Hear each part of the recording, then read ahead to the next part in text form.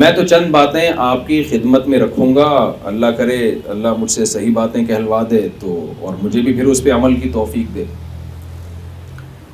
موضوع ہے میرا آج رمضان کا استقبال کیسے کریں ہم، کیا حکمتیں ہیں رمضان میں جو ہمیں حاصل کرنی چاہیے۔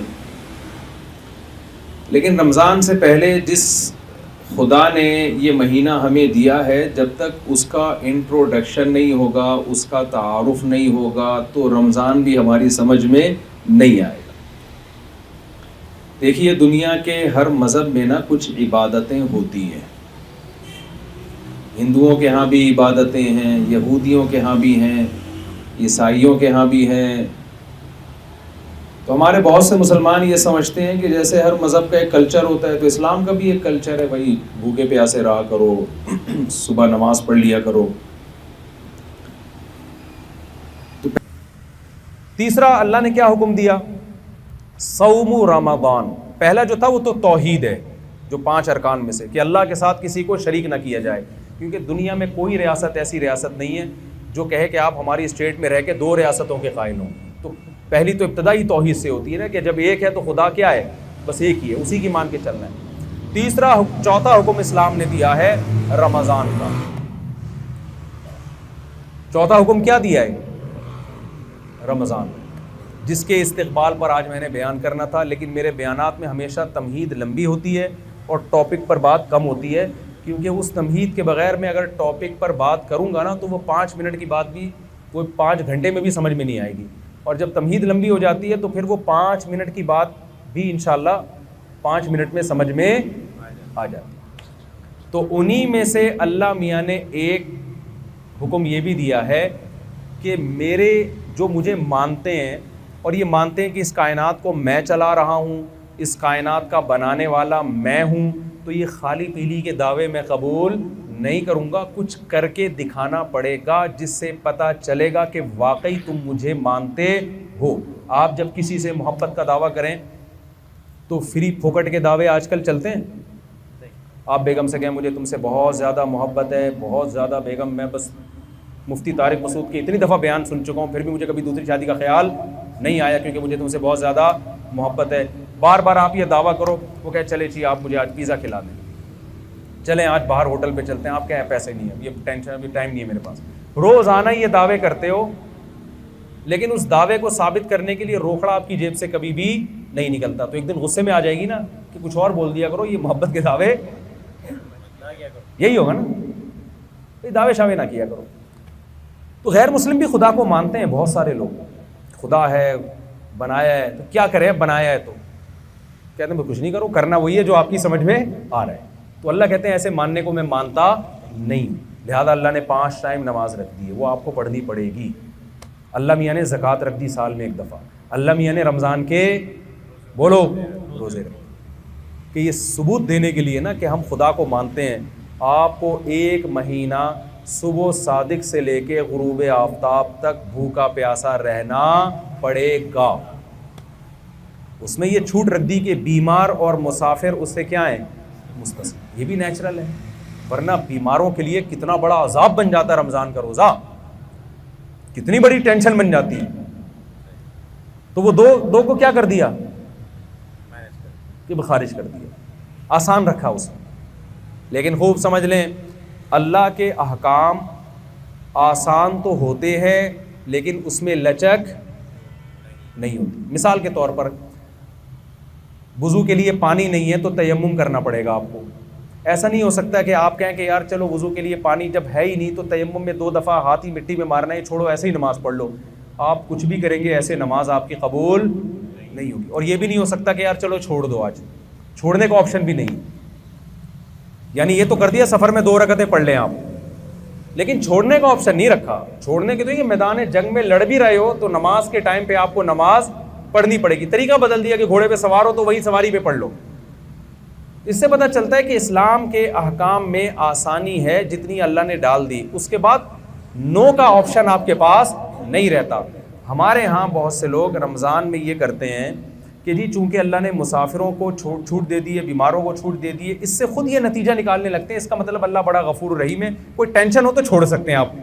نہ نہ نہ نہ نہ نہ، سفر اور بیماری کے علاوہ اب چھوڑنے کا آپشن آپ کے پاس نہیں. شدید ترین گرمی ہے, نہیں چھوڑ سکتے.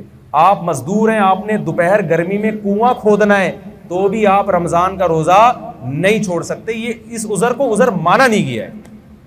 لوگ اکثر ہم سے پوچھتے, گرمی کے روزوں میں خاص طور پہ زیادہ پوچھا کرتے تھے کہ ایک مزدور دوپہر کو کدال چلاتا ہے, کنواں کھودتا ہے, وہ تو ناممکن ہے کہ رکھے وہ روزہ, وہ تو مر جائے گا پیاس سے.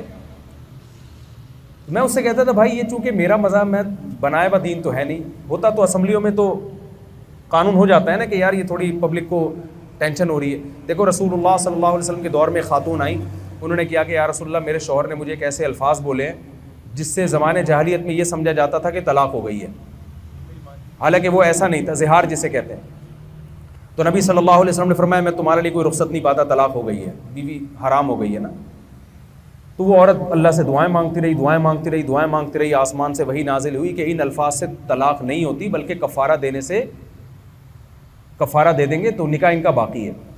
اس سے ہمیں کیا پتہ چلتا ہے کہ رسول اللہ صلی اللہ علیہ وسلم نے اس خاتون کو یہ نہیں کہا میں مشورہ کر کے قانون چینج کر دیتا ہوں, تمہاری ٹینشن مجھ سے دیکھی نہیں جا رہی تو میں صحابہ کو بلاتا ہوں, ایسا کرتے ہیں ہم کچھ اس پہ غور و فکر کر کے سوسائٹی کے حساب سے اس کو ذرا طلاق کے حکام میں کچھ چینجنگ لے آتے ہیں. نا نا نا نا, اللہ میاں نہیں چینج کر دیا تو ہو گیا, خود سے نہیں ہوتا.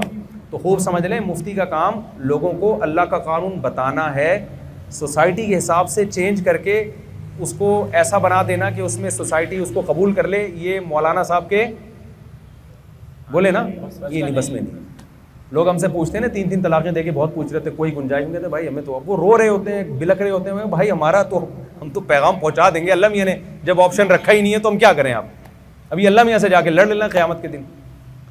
تو یہاں بھی یہی مسئلہ ہے کہ اسلام نے نا روزہ چھوڑنے کا آپشن بیمار اور مریض کے علاوہ کسی کے لیے نہیں رکھا. اب لوگ کہہ رہے ہوتے ہیں مزدور بیچارہ کیا کرے, تو ہم اس سے کہتے ہیں کہ دیکھو ہمیں اسلامی قانون میں یہ ملتا ہے کہ مزدور اگر صحت مند ہے, سفر میں نہیں ہے, تو ملازمت تو سب کی الگ الگ ٹائپ کی ہوتی ہے نا. کوئی ایئر کنڈیشن میں بیٹھ کے جاب کرے گا, کوئی جناب گڑھا کھودے گا. تو اب ایسا کوئی اسلام نے معیار نہیں رکھا کہ جس کو 1 گھنٹہ مزدوری کرنی ہے تو وہ روزہ چھوڑ سکتا ہے, جس کو 2 گھنٹے کرنی ہے یا آدھے گھنٹے کرنی ہے وہ نہیں. ایسا ہی کچھ نہیں ہے, سب کے لیے برابر ہے.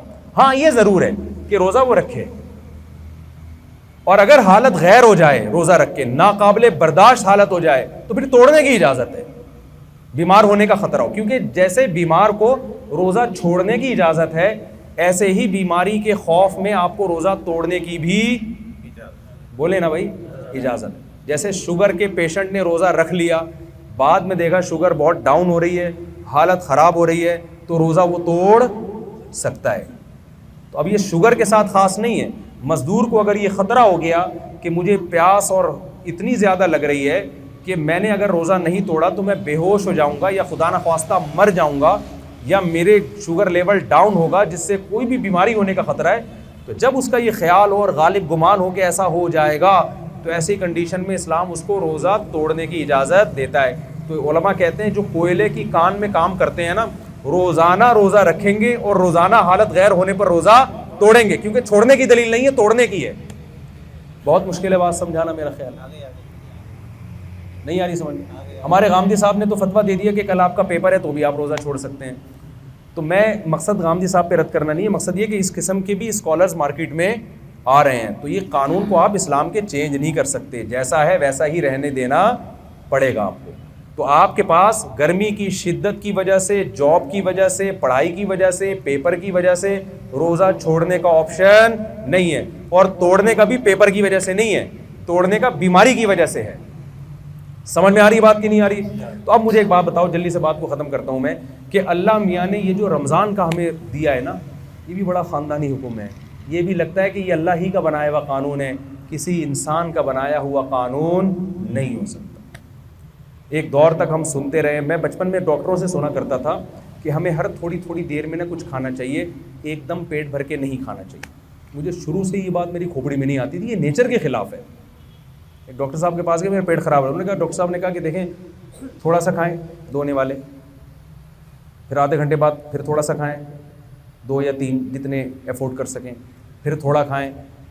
میں نے کہا ڈاکٹر صاحب ہماری بکری کو تو میں نے اس اسٹائل میں دیکھا ہے, کبھی کسی انسان کو میں نے اس طرح کھاتا ہوا نہیں دیکھی.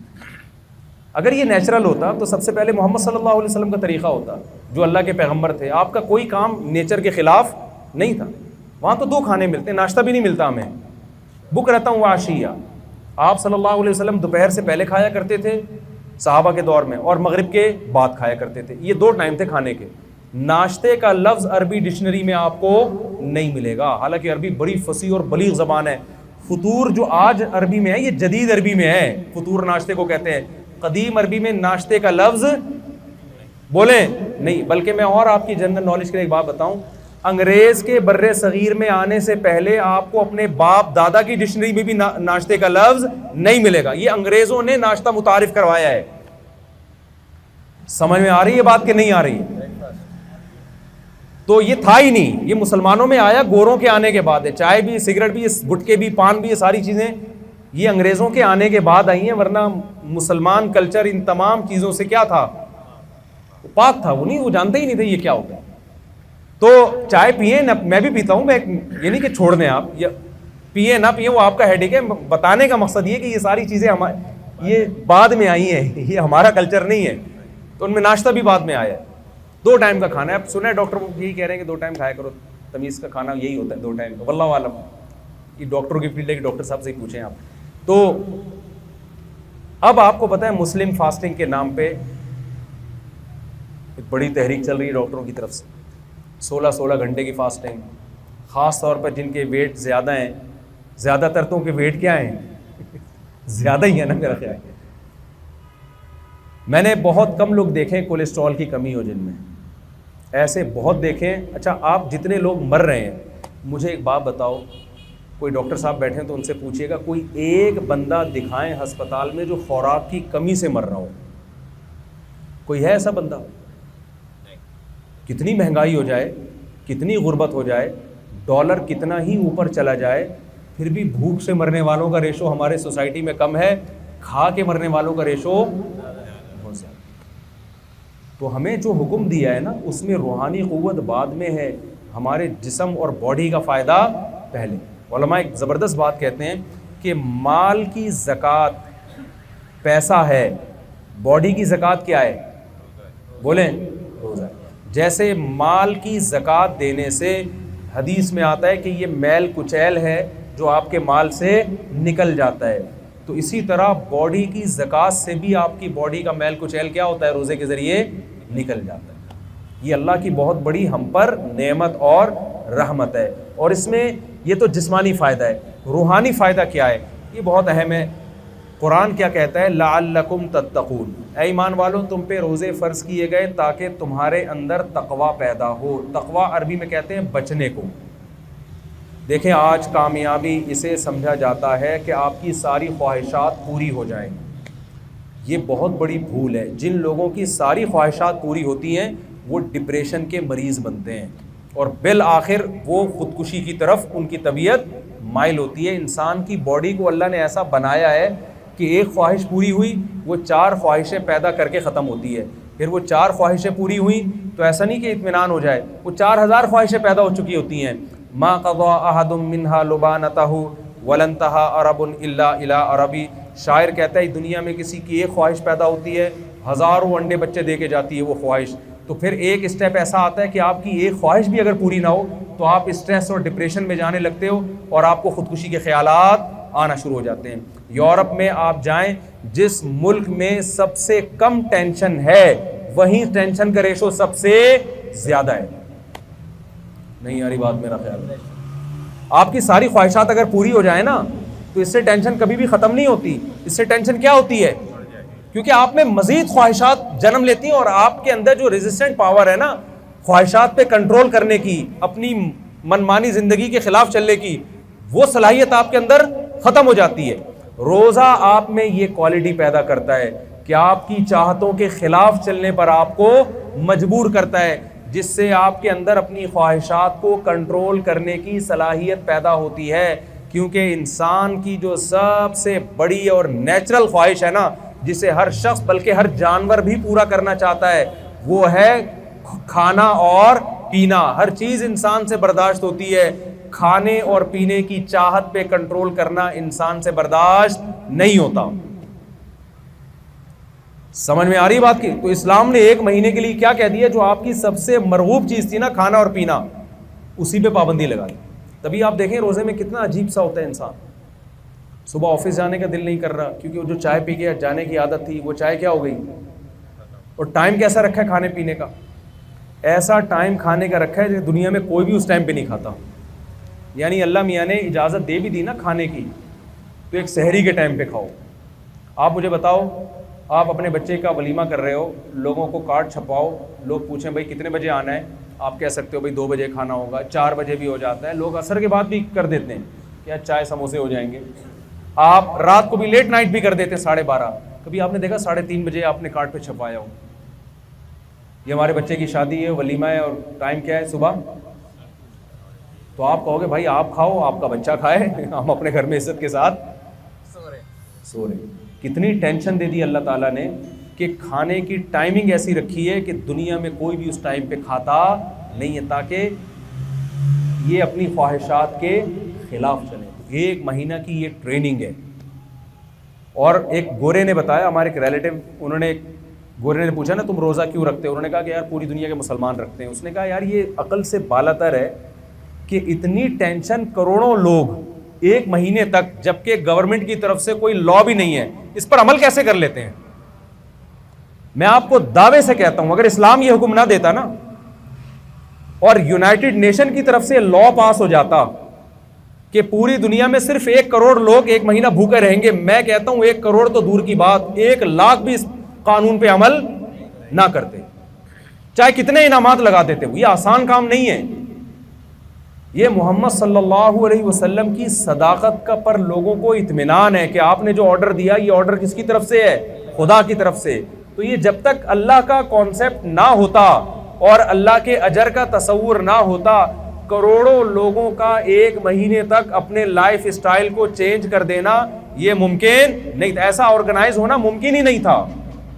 تو رمضان خود اسلام کے اور محمد صلی اللہ علیہ وسلم کے برحق ہونے کی ایک بہت بڑی دلیل ہے. اب آخری بات یہ کہ اللہ نے ہمیں ہماری خواہشات پہ جو کنٹرول کروایا ہے رمضان میں، اس کی حکمت اللہ نے بیان کی تاکہ تمہارے اندر برائیوں سے بچنے کی صلاحیت پیدا ہو جائے.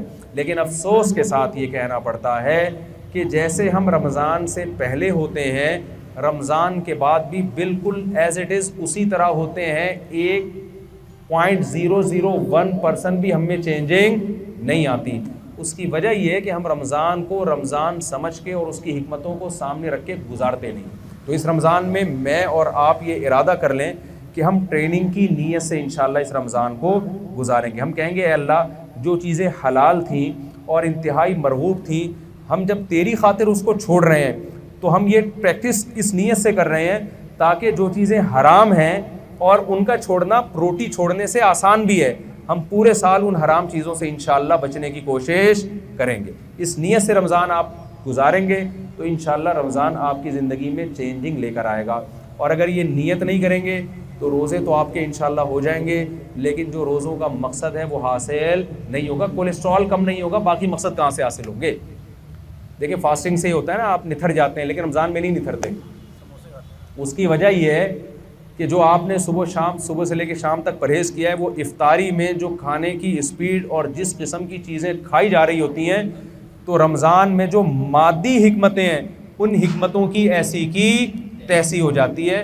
تو جیسے مادی حکمتوں کی پکوڑے کھانے اور سموسے کھانے سے ایسی کی تیسی ہوتی ہے، روحانی حکمتوں کی ایسی کی تیسی اس سے بھی زیادہ ہوتی ہے. تو ہم نے مادی طور پہ بھی اپنے آپ کو پہ کنٹرول کرنا ہے اور روحانی طور پہ بھی اپنے آپ پہ کنٹرول کرنے کی کوشش کرنی ہے. اللہ تعالیٰ سے دعا ہے جو کچھ کہا سنا اس میں کمی کوتاہی اللہ معاف فرمائے، اور جو صحیح باتیں ہوئی اللہ اس پہ ہم سب کو عمل کرنے کی توفیق عطا فرمائے. وما علیہ